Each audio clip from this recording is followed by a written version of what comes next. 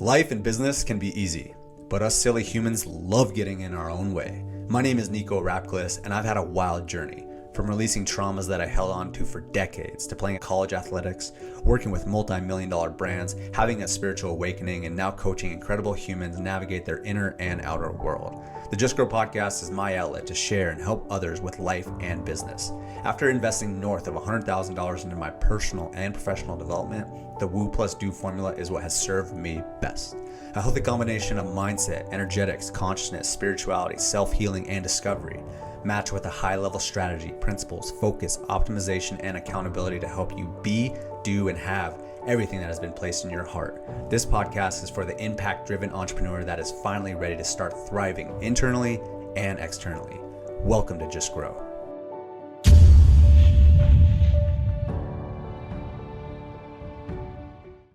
Yo, what's happening, my friend? Welcome to the Just Grow podcast. My name is Nico Rapclis. If you're new here, this is a really special episode. This is with Quan, the alchemist. He got to share a little bit about his story, how he came from humble beginnings, generated $250,000 from listening to meditations and going to retreats and learning about his energy, and then also entrepreneurship, sales, working with some of the biggest brands in the coaching space. And we also went deep into manifestation, law of attraction, how to really pull in the reality that you truly desire with the Woo and Do framework. So you're not going to want to miss a single second of this episode. Before we do jump in, I want to let you know about the next Just Grow podcast live event. It'll be here in sunny Scottsdale, Arizona on August 10th. So if you haven't got your tickets yet, go to justgrowpodcast.com. And if you want to join a community of magnetic manifestors, hundreds of them, where we go live every single week, you have access to me where we get to talk, have good conversations, and help you truly magnetically manifest the life that you truly desire using the Woo and Do framework. Head on over to our school community. You can find all the links down in the video description or in the show notes. But without further ado, let's jump in this interview with Quan, the alchemist. Quan, Oh, yeah. so glad to have you, man. It's my pleasure to be here. Yeah, man. We got connected recently. I stumbled across some of your content on YouTube. It was really compelling. You're talking about a lot of Joe Dispenza stuff and quantum healing and manifestation, that kind of stuff. So I knew that we deserved to get aligned. So we popped on a call, had a lot of alignment, and here we are. Awesome, man. I'm excited to see where this conversation goes, and even more importantly, I'm excited to let our voices and just the conversation impact others. Absolutely, man. Yeah. Really glad to have you here. So, like I mentioned, I'd love to hear a little bit more of your story. I want to, dive into it. I don't want to take too long because I know we want to talk about some really cool stuff, but I would love to hear and you give the audience a little intel to like, how did you even get into this whole world? Yeah, man. I mean, I'll start off. My name's Quan the Alchemist, but my full name is Quan Nguyen, and I'm based out of Canada, Toronto. And with all that's going on right now, the best way to describe it, because I don't like using the word life coach. I like the word more of like performance coach. People come to me with mental, emotional, spiritual issues, and that's where we get in the deep end together. But my story is pretty simple. I mean, I grew up rough neighborhood in a city called Hamilton, Ontario. Went through a lot of challenges, a lot of things in life. Wasn't spoon-fed or anything like that. Had to work for everything ever since I was little. Long story short, again, at age of 18, moved out of my home, moved across the country to a whole different place in Edmonton, Alberta, if anybody knows where that is, simply because there was no jobs here that I could get. And I went there, got into a whole corporate world, did really good in sales, crushed it, all that stuff. And then slowly had a lot of spiritual activations, awakenings along the path. And as time, passed by, obviously I grew more, and I started realizing that I had a lot of skills and just a natural affinity with leadership and coaching. And slowly but surely, meeting the right people, the right mentors, the right experiences has brought me to where I am now. And here we are. That's where we are now, coaching and helping the world. And I had to work, and craft the skills in order to get here, but wouldn't want to be anywhere else. I love it, man. That's a beautiful story. There's so much in there. Like you tightened that up really quickly. That was really good. But I think there's definitely some things to explore a little bit further. Yeah, Something that I think is so damn important is the whole concept of, moving out of your hometown. yeah. And I'm always very intrigued with people and like what was that point where you just had like that realization? Because I mean, I don't know the exact numbers and the metrics and the data, but I'd have to say that like more people stay in their hometown and just stick with the life that they were positioned in from birth rather than taking that leap, taking that risk and jump into somewhere else. But I always recall this. I've shared this a lot on this podcast, but my mom sent me like it was like a meme or a little Instagram quote that said like getting out of your hometown before in your 20s, which you did it before you were even 20, uh, Mhm. develop so much more confidence and character and resilience. And there's just so much benefits to moving out of your hometown before you're 30. And so I guess I would love to hear a little bit further, like what was that breaking point or what was that made you realize like now's the time I got to get out of here? Yeah, man. That's a great point to jump on. So when I was 18, I mean, all my teenage life, I tried my very best to, make money. And I actually started my entrepreneurial journey when I was 14, figuring out hustles and how to make money and da da da da da, because Hmm. everywhere I applied to in this city called Hamilton, Ontario, kept getting declined over and over again, denied, can't get a job. And finally, at 18, I get a job here at a restaurant as a waiter, and then turns out the restaurant that opened up scammed everybody. So it was a brand new restaurant, got in, and then literally everyone wasn't getting paid, and then the owner just disappeared. He shut down the entire restaurant. It's called 28 Listener. Anybody can Google the Hamilton Spectator, which is the news company down here, and like it was devastating because I'm like, dude, my first job, like I get scammed. I'm like, what the hell is going on? And so I had a friend who was living in Edmonton, Alberta, just one of my really good friends, Sue had. And he's like, dude, the employment out here is incredible. Like, we should just go. Right. Now, before I talk about like what was, the breaking point, I will talk about the inspiring point because at 18, technically, I should have went to college. I should have went to university. I didn't do any of those things while everybody was applying and thinking of they're going to go here, there, or there for this program for whatever.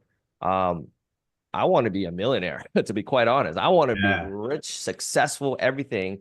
And I learned maybe around 15, 16 that like you should only listen from people who have what you want.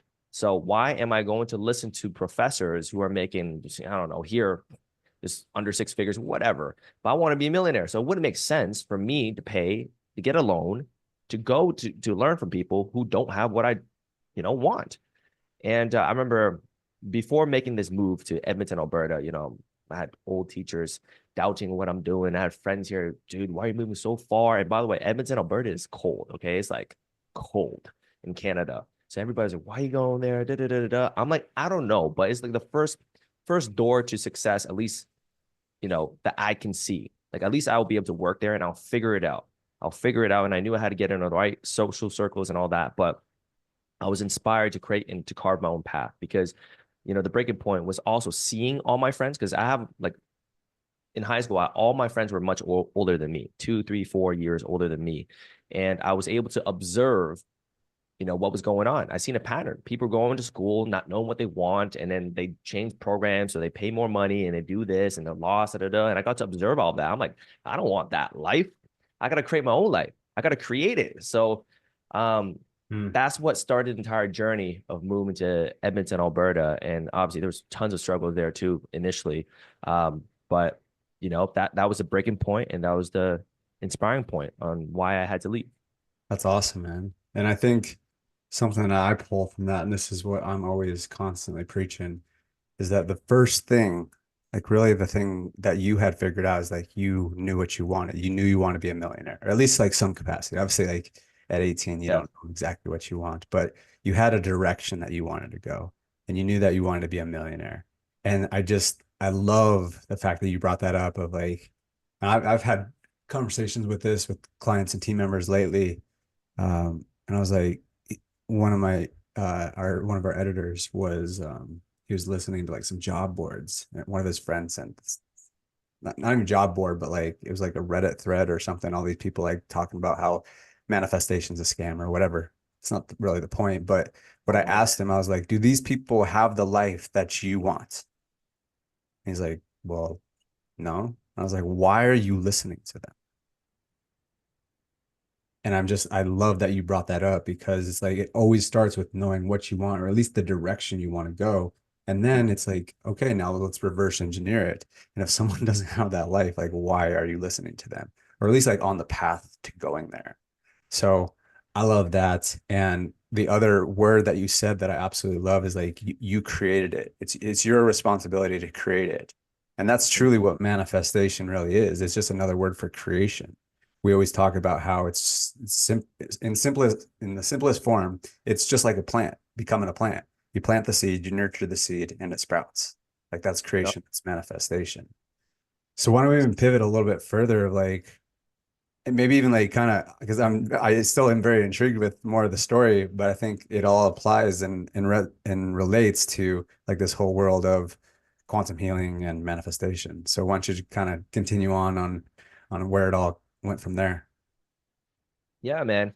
Um, when I first got to Edmonton, me and my buddy were basically sleeping on the basement floor for a couple of months, at his mom's crib, small place, and we needed to get our own crib. We needed to get our own apartment, and I flew down there October 11th of 2014, and we had to December to figure everything all out to get our own place and all that. So when I got there, I remember I went to the mall.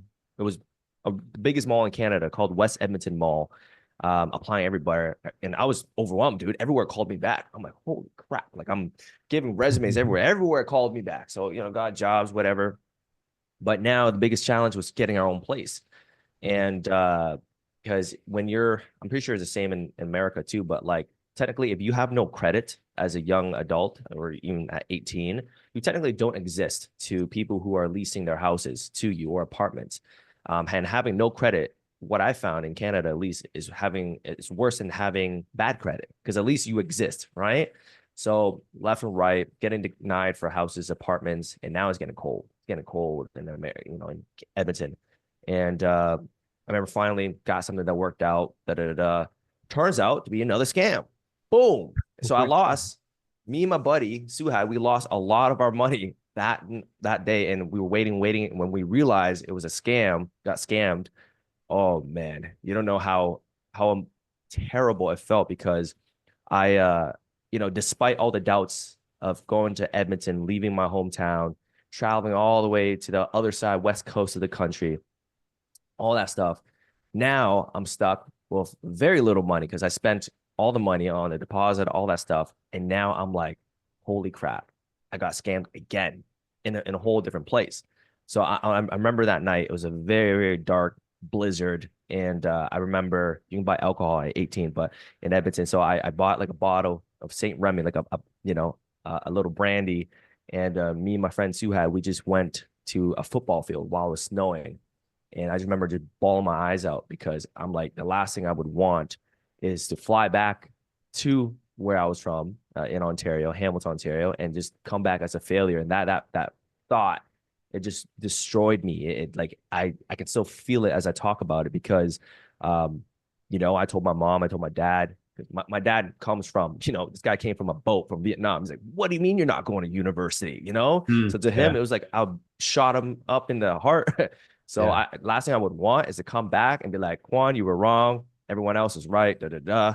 yeah, And at the time, I'm like, I can't let that happen. So after that night of feeling my emotions and all that stuff, I'm like, I gotta try again. You gotta try again. And next couple of days, this time, trying to rent places, but providing a story at the same time. I don't want to just be an application where you apply for a place. I applied, but now I added the story. I needed the person who was leasing their place to me. I needed them to understand my story. Long yeah. story short, shout out to my first landlord, William Chung.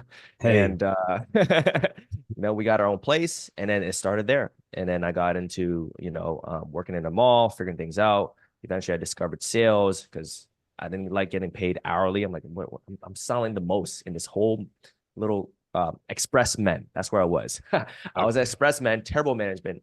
I got into sales, telecommunication at a company called Rogers. Within 5 months, I got promoted to manager. Ended up being like the youngest manager in the entire company, in the entire country. Yada yada. Worked hard, did a lot. Bought my mom a house March 2020. No, sorry, 2016. Right before I turned my age was that? Right before I turned 20. So I was able to just, I was on a high. I was like, this is the life that I want. I was on a high.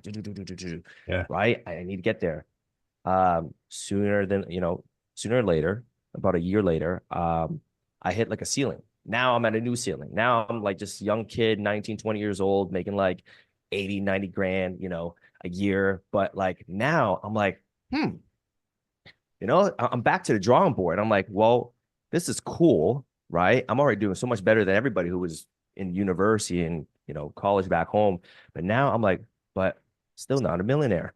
So, and I think The there's a one cap little here. piece is missing. Yeah, one little piece is missing, and I knew there's a lot higher things that I wanted to achieve. So, I knew, and I had a friend, my friend John Vu, really good friend of mine. I met him there, and originally we hired him. He was an employee that we hired on, and I got to know him really well. I was helping him, training him, and all this stuff. But then he started teaching me that there's this whole other world called the internet, and there's a whole other world where you can make money on the internet. And I'm like, oh, interesting. And then I started traveling. I'm like, dude, if I can, and I read the 4 hour work week, and I'm like, okay, this is the There we go. next place that Yeah. I need to go to.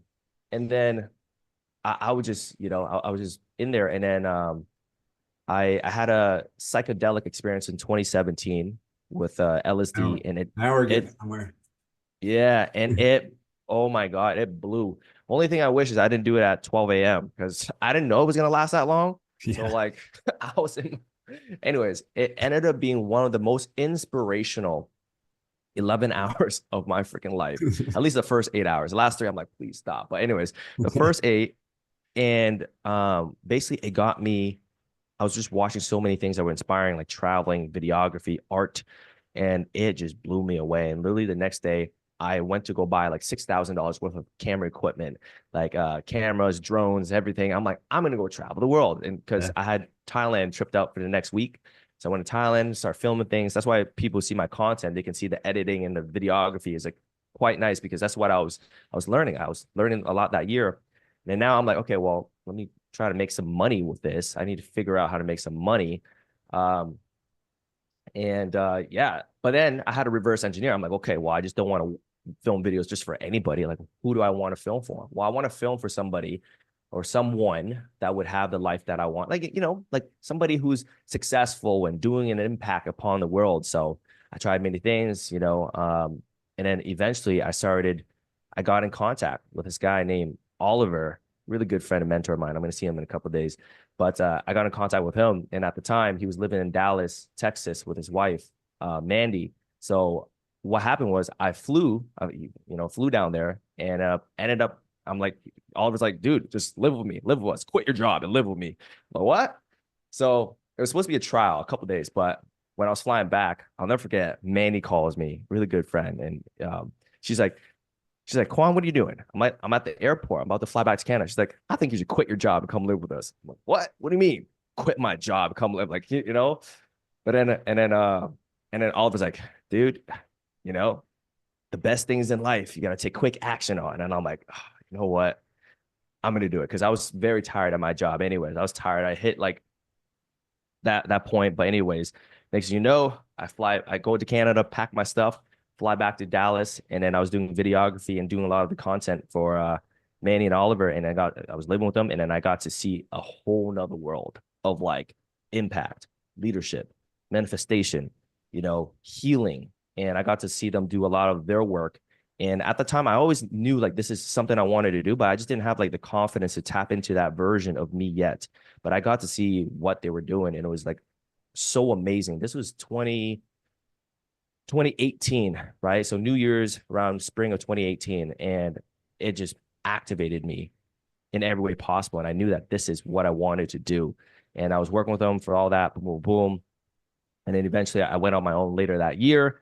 And I spent a lot of time like working on myself, working on businesses, and figuring out exactly how to do it. And then, to be quite honest, it took way longer than I wanted. It took way longer. It took me till like at least 2021 before I hit like a real good stride. I Mm. fell on my faces so many times, but the one thing that kept me going was the belief that it can happen. And now that I do have the life that I want, I look back sometimes and I laugh and I have a conversation with my higher self and with God sometimes.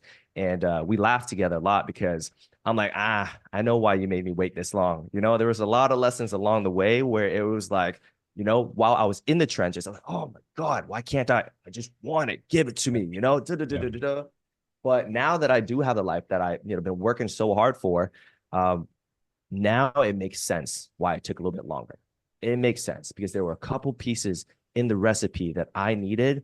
And, you know, long story short, it happened. And now I just have more belief than ever. So I hope that story makes sense. Yeah, that was incredible, man. Thanks for sharing all that. No And, worries. it's interesting, like kind of the things that you were saying at the end there is like it took a lot longer than you wanted, Yeah. right? Or that you thought it was gonna be. And I just think, in the world of manifestation, people, I think it kind of gets misconstrued a little bit where it's like, oh, I think one thing, and then all of a sudden it's just gonna come in magically exactly the way I saw it, right? And what I will always say is that you get what you want. It often doesn't come how you want or how you thought it would come, right? Yeah. Same gift, different packaging. Because like you eventually got to where you want to be right now, and then you're continuing on the path, but it went in a different direction than you want. And I think Mhm. the interesting part about it is like when you are in those trenches, as you mentioned, like you're like holding on tight and you're like, why isn't it the way I want it to be? Yeah. And I heard a metaphor, I think it was even yesterday and today, and it said that manifestation and your relationship with God or universe, it's not like an ATM where you're like, hey, punch in the numbers, like pull it out. It's more of a relationship and it's more of a dance. And so Yeah. the more that you can just enjoy the dance and have that like back and forth flow and on consistent basis, it actually does flow a lot easier instead of you just trying to control the whole dance. So I thought that was a really interesting metaphor. But help us understand a little bit more of like your perspective of manifestation. So you started getting into this, you started really working on yourself. Like, what does manifestation really mean to you? Manifestation to me is creating reality and turning your thoughts into matter. Um, I believe the purest form of manifestation is conceiving something in here and receiving it right here.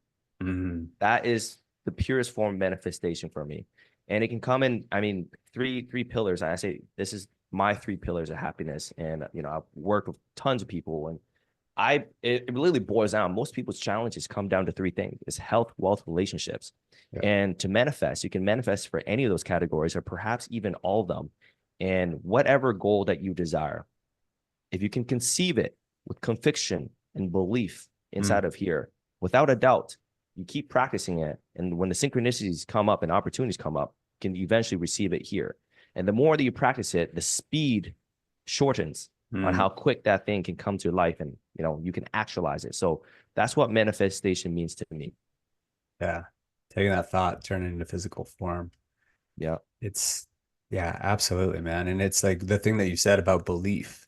I think you truly believe that. And that was like almost your superpower. It was your superpower that you were talking about. Like you went through the trenches, you had those times when it was tougher. It wasn't coming as quickly as you wanted it to, but you still had the belief. You still had the vision. You knew exactly where you're going. It even started back when you talked about when you're 18, you knew you wanted to be a millionaire. You knew you Mhm. wanted to progress in that direction because you knew you had that vision, you had that belief. It was just a matter of time. What like how did you figure out what you wanted? And how do you figure out what you continually want? Very, very easy. You figure out what you want by trying a bunch of things, by eliminating many things that you don't want. I Mm. had to go through so much trial and error. I've tried seven, eight, nine, many, many different types of things, many types of businesses. And I mean, one of my first dreams when I moved to Edmonton, I wanted to open a gym. I was really into fitness. I wanted to open a gym and you know, uh, fitness clothing, fitness apparel. I tried so many things. I got manufacturers from China, shipped me some samples. I tried so many things, but it really boils down to, the process of elimination. I've said this in a different conversation before, and one of my favorite quotes is, "Life is not about finding yourself. Life is about creating yourself." However, that the addition that I would like to add to that, life is also about process of elimination. Try many things. And the reason why most people never find what they want to do or what they genuinely desire is because they don't even try things. And that's why I am such a big enthusiast for traveling, because as you travel, you get to know more of yourself. You get to meet other people, see what they're doing, see how they're speaking, see how they're loving. And from there, you can add on pieces of what you like. And eventually you build a sculpture of of who you've always wanted to be. So I don't want to go over long on that answer, but ultimately it's by trying a bunch of things and eliminating whatever doesn't make sense or what doesn't, align with your highest self. Exactly, man. That's such a valuable point. I went traveling my first time, like I'd say like really traveling was when I went to Europe by myself. And I had some friends I caught up with here and there, but I was by myself for like I'd say like half of it, almost 3 months. So like probably spent roughly 4 to 6 weeks by myself. And it was very eye-opening, and I got to push my comfort zone and meet a bunch of people and try different things. And that's been a big part of my journey as well. It's like I tried different jobs, and I was cleaning pools at one point. I was a baseball umpire at one point. I sold knives. Like, and you find all these things that you don't want, but you also find pieces of it that you do like. And so it's just like whittling it down. And the metaphor that comes to me a lot is that it's like you start life with this big old tree, right? And then by the end of it, you're whittling it down to a toothpick because you're getting so much more clear on what you want, what you don't want. And until you like Mhm. really go out there and test it out, you won't know. And then on that other point, what you said is like really getting to know yourself, because once you really start understanding why you like certain things, the Yep. values that you have, life gets a lot more clear, because then it's like it's just a matter of values and what like who you're becoming. Absolutely agree, man. I love the What are analogy, by the way. A tree to a toothpick. yeah. Super refinery. I love it. Yeah, I mean, it just becomes more clear is like the more, and I think, coming into like more of a conversation about vision, about like what you do want, and you're constantly focusing on that and visualizing that. When you start out, maybe you're kind of like all over the place, as I was. When I played baseball, I was like, my mind was in all sorts of different directions. But as you continue on the path and you continue to clarify that vision more and more and remind yourself of that vision more and more, it just gets smaller and smaller until you're like so so focused that nothing can really distract you. And I think that's really a powerful point to get to, is when you have those blinders on that no one can really distract you. Oh yeah.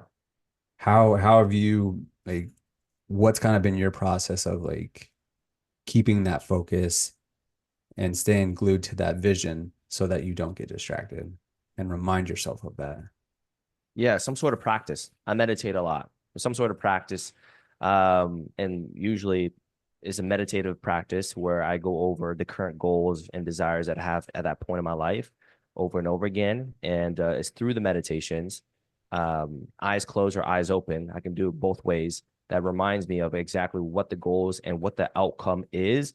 And then from the outcome, I'll know exactly the decisions that I need to make and who I need to be today in order to achieve it. So it's constant reminders. I mean, one of my favorite lines is like, sometimes we need to be reminded more than we are taught. And I think that's Yes. very, very important. That's so true. Because it's like life is not that complicated. It's very simple. We silly humans like to complicate it. Hmm. But it's like you learn from all the great teachers, and they're pretty much all saying the same thing in Yep. just different ways. And so, oh man, that is a fire quote. Like we just need to be reminded rather than taught. Yep. And at the end of the day, like we know, like the more you get to know yourself, you know the answers. It's just we aren't off like in the beginning stages before you know yourself that well and you're tapped into God and source. Like you're looking at everything outside of yourself. But once you like really come home and you realize you have all the answers inside. It's just a matter of listening to those answers, and those come from the reminders, which are those like intuitive nudges. Exactly. Yeah. Well, tell me, I'd be curious to know even a little bit more of your thoughts about like the process and just creating it. The process of creating it. Yeah. Um, so I mean, the process of creating it was pretty simple. Like I think I did in like 15 minutes, but like going back through it, I was very, I mean, fortunate to all the answers, all the questions that was prompted. I had already thought about for a very, very long time, and I've been refining it, Mhm. for the past year. So it was all a work of just me refining exactly what I want, the visualizations of it, and it's I just been working on it for a very long time. So when it broke down, I'm just like I just write it out like as quickly as I could, and I was just like while giving like very thoughtful answers, but um it was just it was awesome, and it makes me emotional think about it because I pat myself on the back sometimes of like, you worked really hard in this vision. And that's why it's so crystal clear on exactly what you want. And as I get more clear, and as I said before, when I get more clear, the belief is a snowball effect. And the time of which it is received in my hands shortens significantly. And hopefully one day, the moment I think, actually, no, I don't want to think about it and come to life right away because that'd be dangerous. But it comes very, very fast at a good, you know, humanistic time, I'd say. Yeah, exactly. Yeah. And speaking it out too, that's what I've noticed is like because one of my mentors always talks about when you speak things out with conviction. You even mentioned earlier about conviction. I just want to double down on that because the more that you like have that confidence and oomph behind it rather than being like, oh, I hope that I get a Mercedes, it's Yeah. like, no, you're like, this is happening. And the more you have conviction in that, the more the world responds to that conviction, the more the manifestations actually sink in. And then I you're was, actually like hearing that more when you're speaking it, you hear it, you feel it through yeah. your bones as well. But go ahead. Yeah, no, I had a really good conversation with my friend last night, and she was telling me like all her quotes, a favorite quote. We're giving each other like three favorite quotes that we have. And her last quote that she said that I thought was really awesome is that your words collapse into frequencies and waves. And I think that quote goes very closely to what you just said is when you speak into existence, good or bad, whatever it is, it will collapse into frequencies and waves. And everything that we say and speak and think, it's all recorded. It's all there and it collapses. Mm, So dang, that's a good one. Your words, is your words collapses. collapse into Yeah. frequencies? Yes. That's a mic drop right there. I have to clip that one out. Oh yeah. That'll be a nice little social media post. I've never heard that one. I've heard there's another one that I heard that it's related to that is that your vocal tonality is the dial to your energy. Mm, I think about that when like my energy isn't as good. Maybe I don't sleep well the night before and I'm kind of just like, hey, and you can just tell like my energy dropped there. But when I'm like got good inflection in my voice, I'm excited, like my energy instantly lifts. absolutely. So let's dive into, I'd love to hear a little bit more because obviously that's even how I found you on YouTube, where you're talking about the Joe Dispenza stuff and the meditations, Mhm. and then specifically going to that retreat, talking about your energy. Like Joe D always talks it about you change your energy, you change your life. So yeah, I would love to hear a little bit more about that. And then maybe even a question in the back of your mind throughout sharing this with us is like, how do you make sure that you consistently keep your energy high or raise your energy?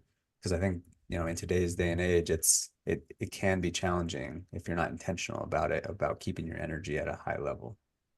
Yeah, I'll start with that. I'm a big believer in thoughts and feelings because thoughts going to turn into feelings, Yeah. create energy or can take away energy. So, in order for me to raise my energy or to maintain, generate it, whatever, I have to make sure my thoughts, the fuel to my energy, aside from the physical aspect, but the fuel to my thoughts and feelings or to my energy is always high. I want to make sure the diet to my mind is just as important to the diet to my body. And I start with that through practices. And whenever, I mean, obviously, I still have times and days where doubt comes up, or there's some sort of internal friction, right? There's resistance.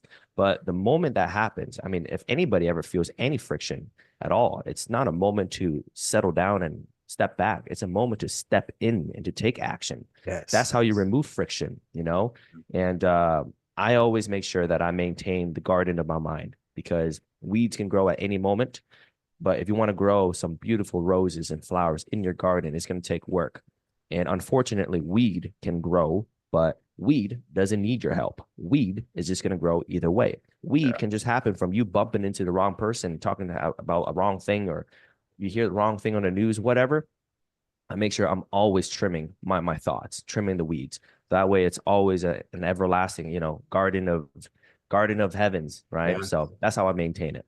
Um, Beautiful. it in terms of Dr. Joe, yeah, man, I discovered Uncle Joe in like 2019, Uncle Joe. 2019 of 2019 around August, right? 2019 of August, and it was How did you shortly come after. across them? I'm curious. It was on Lewis Howes' podcast. It was Okay. on Yeah. YouTube. He Yeah. was on Lewis Howes. I'm like, who's this guy? And someone just told me to click on it. Yeah. And I was going through a rough breakup at the time. And I remember Uncle Joe just said one thing that really like shifted everything. He said, if you aren't being compelled by a vision of the future, you're only left with the memories of the past. And I'm like, oh my God, Yes. liberation. I'm like, that's why I can't get over this girl. Yeah. Like and then because all my visions of the future was so associated, it was connected with her to the point where it's like, it was very difficult. And I had to create a new vision. And I knew the moment I was able to create a new vision, it changed everything.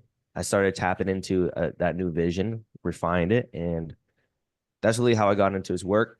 Got was a big fan of his stuff, and then we slowly stopped doing his stuff. And then, I mean, another one is around end of 2020. I got into his stuff again because I was like, this is the last time I went like really broke. I'm trying to figure out like businesses and all this stuff, trying so many things, investing so much money into multiple parts. And then I just went into super debt. And I remember I was in Edmonton. I was just in like my office at the time, lying on the floor. And I'm like, oh my God.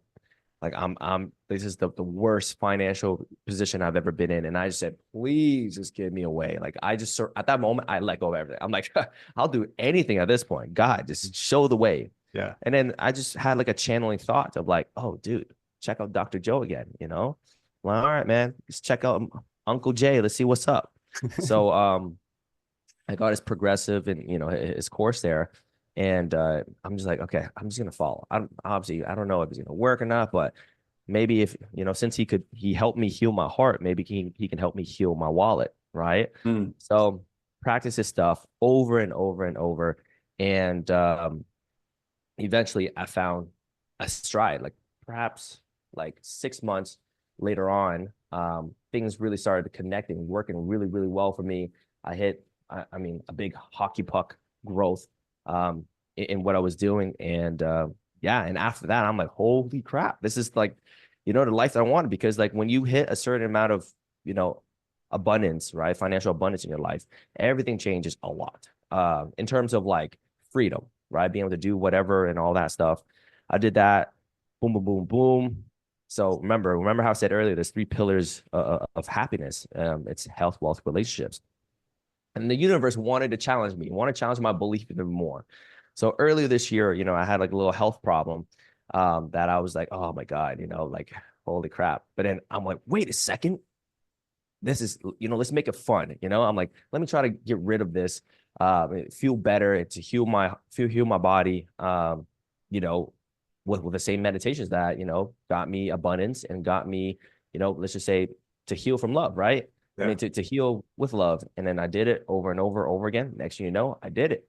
And then now I'm like, I'm just manifesting for fun now, man. Now I'm just doing things to have fun. But anyways, that's how I got into his work. That's how I've gotten lots of results from his work. I'll say I have, like there's two people in my life that has truly impacted me directly, indirectly, from distance, from close, proximity.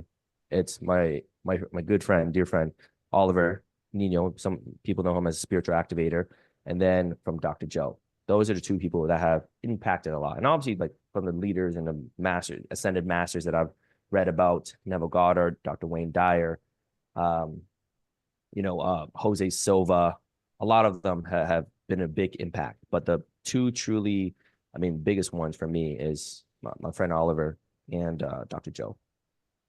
Mhm. That's amazing, man. Yeah. That's beautiful. Because and I relate to that so much. I think, man, breakups are just one of those things that they're the most painful Mm-hmm. and also the most healing once you get through it. You look back and it's those even, I had some conversations even recently, which was again just a reminder, not anything that I learned new, but it was a reminder of how much pain can transform Yep. because it really moves and gets you to take action. And those I, I never like wish those type of experiences on people because the pain comes so strong, but at the same time it's so transformative by the end. And if you take that and utilize it and let it motivate and inspire you. I got So a great story for that breakup actually, because that breakup in 2019 was what actually fully was the final catalyst, the final like cocoon that I needed to truly tap into what I do now in the realm of coaching and manifestation and all that, because the pain was so deep that I had to create a new identity. I had to create a new version of myself to truly, have that new future, right? And funny story that I have is like around that time, the female that I was connecting with and all that stuff, we had a whole trip planned to Florida, to Miami, uh, and obviously stuff, the situation got sour, and now I'm like, I have this flight and accommodation, all that stuff to Miami, and obviously, like at that time, I was struggling financially too, and it was on my last bit there, and I'm like, well, if I just ditch this ditch this trip, it's gonna be terrible. But then if I go, I'll have to spend more money. Da, da, da. So I'm just thinking like, how can I? I'll never forget it, man. I was on the treadmill at like midnight in Edmonton, Alberta. I was on the treadmill. I'm like, how can I turn this into a cool situation? And at the time, I was finally started stepping into my go solo here, and then I just had this idea. I'm like, I'm gonna throw a retreat. I don't know if people are gonna come, but I'm gonna do a retreat. I did my first retreat. So I ended up that trip, I still went, but I had like 2 weeks to promote this retreat. It's like 3-day retreat in Fort Lauderdale. And I had like seven people come out. Seven people came out, and I did my first retreat.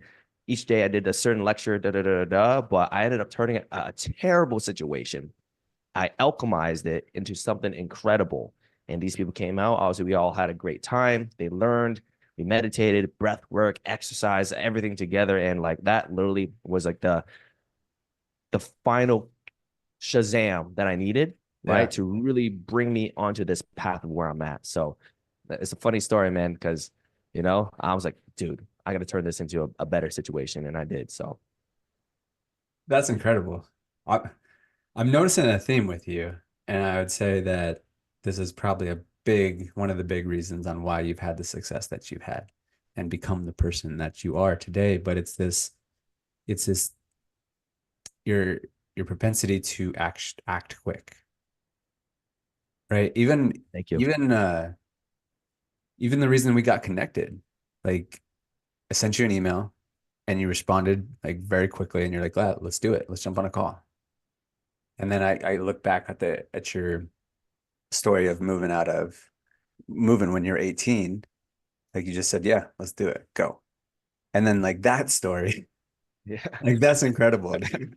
You you had a breakup, you had planned to go on a trip. Most people would sulk about that and maybe not even go and just like eat the tickets and then making them feel even worse about it. But not only Yeah. like you went and had a great time, but I imagine that you charged for it, so you even turned a profit on it. Yeah. Yeah, I did. I did. And I Like just think everything paid like, itself. yeah, dude, that's incredible. Like you turned a breakup into a business venture. Yeah, man. I'm thinking back to I'm like, I'm like, wow, still shocked at that first time. But it just I just had the intuitive thought when I was on treadmill. I'll never forget it. At midnight, I was on a treadmill running, and then it's like I was open that time. I received the signal, the message, right? And I think this is another good topic to talk about too in a bit here. But it's like when we get these signals, we get these synchronicities, or sometimes we get like a really cool thought in our mind. Most people have their unlived dreams because they don't listen or take action when these opportunities come into their mind. And I think because I listened to whatever voice, whatever message came in, could have been higher me, could have been God, universe, infinite intelligence, whatever. But I took action on it. And that's why I was able to turn that situation into what it became. Amen to that. And here's one that I'm just going to continue to reflect on this point because this is, again, why you've been able to really step into this higher version of yourself is because, like, let's call it intuition or whatever you want to call it, right? But like intuition, it doesn't keep showing it to you, Mm-hmm. right? You were on the treadmill, you had the thought, okay, or you had the download, you had the intuition to say, go on this trip, do a retreat, right? It wasn't going to be like, okay, you had that thought, and then you wake up the next morning, it's like, hey, go do that retreat, and then you go have breakfast, and it's like, hey, remember, go have. It's not going to like continue to remind you. Mm-hmm. Intuition shows it to you quick. It's just like, boom, there's a download. It comes in, and it's your responsibility to act on that. And if you don't act on that, then that's your loss, right? And it's interesting how I even look back on certain aspects of my story. And there's been times when I got the download and I took action on it. And that's the reason that it, you know, grew into something beautiful, like this podcast. Like it's almost 3 years exactly now. We're doing our next live podcast event. But I was on sitting on top of a mountain in Utah by myself after a breakup. What do you know? And a lot of other things. But I was sitting there and I was like, start a podcast and then do it in front of an audience. And that's the download that came. And I took action. And a week later, we were doing it. And then 3 years later, here we are still doing it. What if I didn't take action on that instant download? It wouldn't have continued to remind me. I just would have gone on my way and then life would have got in the way. And then maybe like, who knows, like 6 months, I would have maybe thought about that, but who knows? So it's like that action, and look what was created from that. But on the flip side, there's been other situations where the download came in, I ignored it, and then Yep. just blew up in my face. So I just Mhm. want to applaud and commend you, man, because that truly is incredible. I love Thank you, it. brother. Thank you. So I guess we'll kind of start wrapping up a little bit, but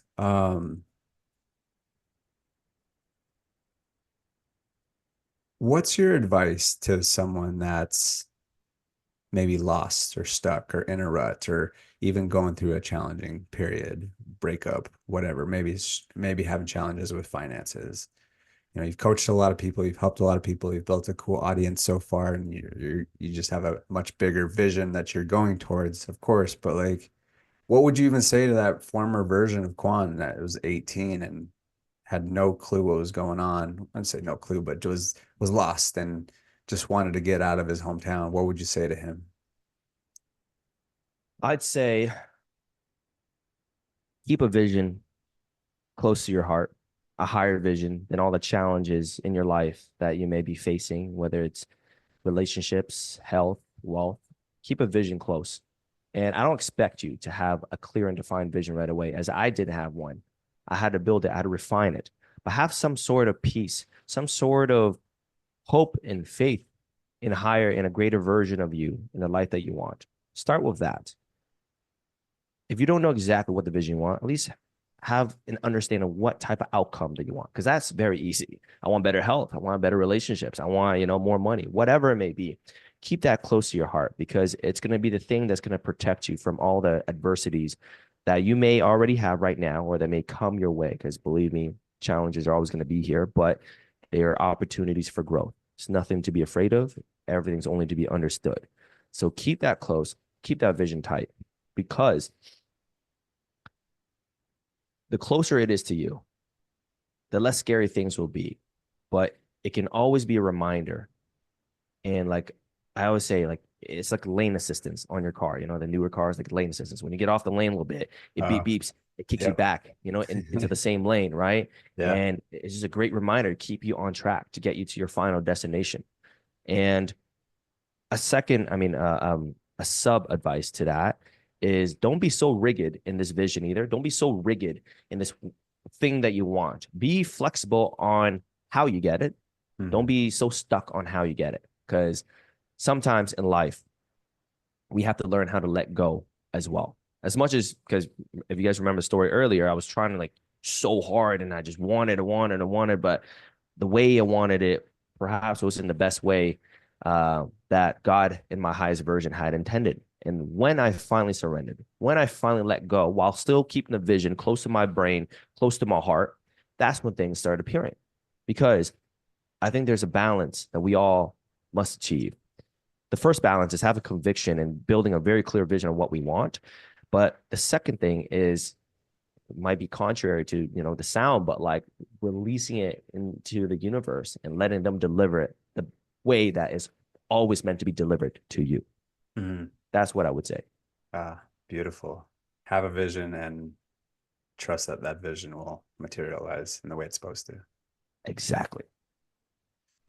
And even on that vein, because especially in our school community, and I've just had so many conversations around that point that you touched on the end there was, letting go, trusting, having the faith that it's going to work out exactly the way it's supposed to.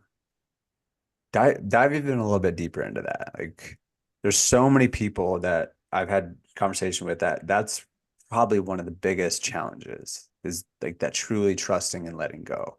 What do you say to people that are having those challenges, or even to yourself when you're in those moments? Yeah, man. Build a resume, build a portfolio of belief. There's magic that has happened in everyone's lives, whether it's small or little. And there's things that you can always look back on, that you can create this portfolio of belief, that you can always lean back on when you're feeling empty and when things are difficult. Um, like in 29, I mean, 20, like what, 2020, I didn't have the money, super in debt, like I didn't have any success that I wanted, but how it was very difficult for me to believe in something which I did not have in my hands yet, right? But I had to look back on the magic that's happened in the past. Because if you can tune into the magic and the mystical and the miracles that's happened in the past, you tune into that energy and you repeat it over again in the future, that is going to be the best way for you to do it. And it's very personalized because we all been through, last minute buzzer beater, points in our life. We've all had it happen. We've all had that. But most people don't tune into their past magic. They tune into past disasters. Mm, And in order to create it and to believe, look back, find things that has happened to you that you didn't believe that was going to happen. You're like, holy crap. mm, So use that energy and funnel it into the future that you want to create, even if it's not here yet. And if for the people who says, I don't have magic in my past, we'll tap into other people's magic. That's why books are mm, available. That's why podcasts and all these things are available, because never has there ever been a time where it's so much easier to achieve all these things that we want. Never has there ever been in history where this abundance of knowledge is available to everybody for free. You don't have to buy any courses. It's all actually already in text, in audio, in video right now. So if you can't find magic in your past, you can't find things to tune into that's going to help you create a portfolio belief, collect it from others. Collect it from others until it appears for you and you can create your own. Whew. That was a mic drop, man. That was so good. I Yeah. love that, dude. I've been big on that wave. Is even one of my mentors talks about is like be an FBI agent for proof and belief and Mm, excitement and like whatever it is that you want, right? Whatever you focus on expands, right? So one of the ones that always seems to click with people is like focus on the saliva in your mouth. If you keep on focusing on that, what happens? Like all of a sudden it seems to grow. It gets more in there, right? So that's proof right there, and it's backed by neuroscience that what you focus on expands. Where your attention goes, energy flows, right? absolutely. So why not like be ultra intentional about that? And so what I've been doing lately that's been massive for me is I put together my monthly milestone list of, you know, I had this big one. I had a great conversation with Quan, or I closed a big client, or did a podcast or whatever it is, like little wins too. Just hung out with some cool friends, we were cracking up about a joke. And like, that's another big thing too, is like when you're having more fun and you're laughing, I'm often asking people like, what makes you belly laugh? And when was the last time? And if you're more intentional and reminding yourself of those times when you are belly laughing, where you're putting attention on all of that, and you remind yourself you have this case, this proof that you mentioned, you just Mhm. keep on going back to that, like boom, boom, boom, boom, boom. And then it's like, then it just amplifies from there. It just keeps moving because you're focusing on that rather than being like, oh my gosh, I'm not where I want to be. I believe that is mental alchemy at its purest form. It's about turning ordinary moments into extraordinary blessings. And when you can lean back onto that portfolio, eventually it will get so big that you Mm. don't even have to think about it no more. It's just there. I got a closet full of belief, right? And dude, it's unlimited. I can always share with anybody around me. And I feel like that's the ultimate goal that we should all have, is to get to this undoubtable, unshakable, impregnable state of belief that it becomes infectious and it helps others. Because, I think one of the greatest things that you can do as a leader is to create so much conviction and belief in yourself that whenever you teach or you consult or help somebody else, that it overrides their own self-doubt. And I think that is the purest form of leadership. Wow. Say that again, would you? I say one of the greatest things that a leader and a coach can do for their clients, friends, family, whatever around them to help them become better is by creating unshakable belief and conviction that when they hang out and they speak with you, it overrides their self doubt and it affects them in the highest way possible. Damn, dude, that gives me chills, man. That's I think that's my new vision, is just to have that conviction so that it just, because that's true impact, right? That's Yeah, you can say the words and say, okay, yeah, you do the meditation, but if you don't have that conviction and that belief behind it, like, this is going to change your life. Tap into this meditation, do it on a consistent basis. It changed my life. You do it too. And they're like, whoa. And that's how you yep, activate people. And then they get excited and then they yep, start transforming. And then that transforms the next person and the next person. Like the ripple yep, effect is real. exactly. And then the world becomes great. If you maintain your mental garden, if everybody learns how to just maintain their lawns, the world is going to become a very clean and beautiful place. Yeah. Bro, this has been an absolutely incredible conversation. I really appreciate you being on. Is there anything that you want to specifically tell the audience about? Do you have any asks of either myself or anybody listening? How can we help you? How can we serve you, or anything else that you want to share? Yeah, I mean, the only ask, if you enjoyed this podcast and you watch it to the end and you felt everything that we're talking about, I mean, my only ask for you is to reach for yourself, to reach far, to go deep in the depths of your mind and your soul and really figure out, like, what do you want to do, and have the courage to do different things, to eliminate things that don't serve you, and to be your best self, because it's time. Your family needs it, the people around you need it, and when you shine your own light, you inspire others to shine them as well. So it's time. That's the only ask that I have, and it's for yourself. About that, man. Well, I appreciate you, brother. Where can people find you? Where's the best place? Is Instagram and YouTube kind of like the main channels? Yep. Main places. I'm on Instagram, Quan the Alchemist, YouTube, Quan the Alchemist. I have other platforms that I'm starting to, reach out to, like TikTok, Facebook fan page, all that stuff. So you pretty much type in Quan the Alchemist and you'll be able to find me anywhere.